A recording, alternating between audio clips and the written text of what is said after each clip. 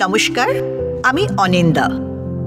প্রকৃতির সাথে মানব মনের গভীর উপলব্ধির প্রকাশ আজকের এই অসাধারণ কবিতায়। আমার আজকের নিবেদন কবিগুরু রবীন্দ্রনাথ ঠাকুরের পরিশেষ কাব্যগ্রন্থের কবিতা বোবার বাণী। অনুভব করুন কবিতাটি আমার আবৃত্তিতে। আমার ঘরের সম্মুখেই পাকে পাকে জড়িয়ে শিমুল গাছে উঠেছে মালতী লতা।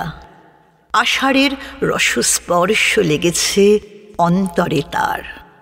সবুজ তরঙ্গগুলি হয়েছে উজ্জ্বল পল্লবীর চিক্কন হিল্লোলে।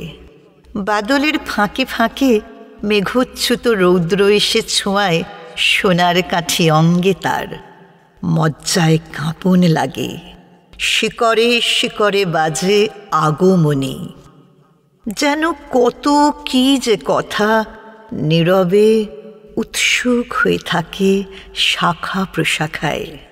এই মৌন মুখরতা সারা রাত্রি অন্ধকারে ফুলের বাণীতে হয় উচ্ছ্বসিত।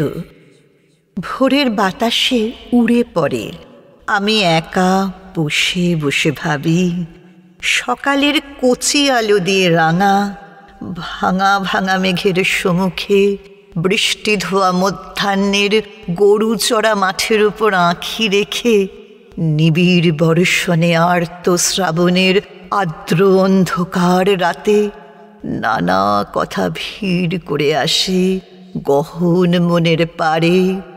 বিবিধ রঙের সাজ, বিবিধ ভঙ্গিতে আসা যাওয়া অন্তরে আমার যেন ছুটির দিনের কোলাহলে কথাগুলো মেতেছে খেলায়।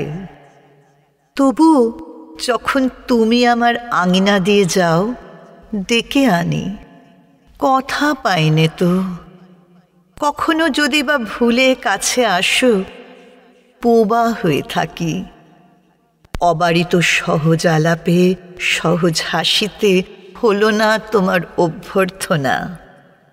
অবশেষে ব্যর্থতার লজ্জায় হৃদয় ভরে দিয়ে তুমি চলে যাও।